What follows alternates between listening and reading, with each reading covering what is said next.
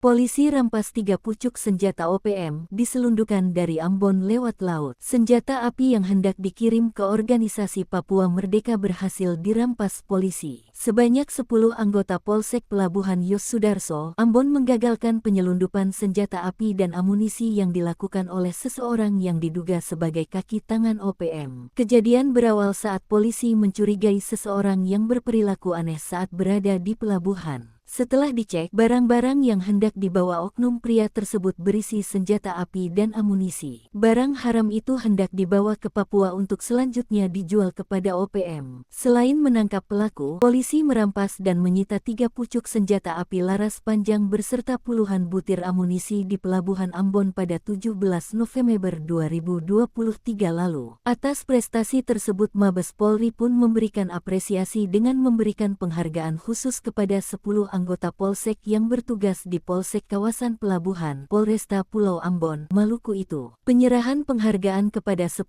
anggota Polsek Pelabuhan Yos Sudarso Ambon tersebut berlangsung dalam sebuah upacara yang dipimpin Kapolresta Pulau Ambon, Kombes Pol Driano Andri Ibrahim di Markas Polresta Ambon, Senin tanggal 6 Mei tahun 2024.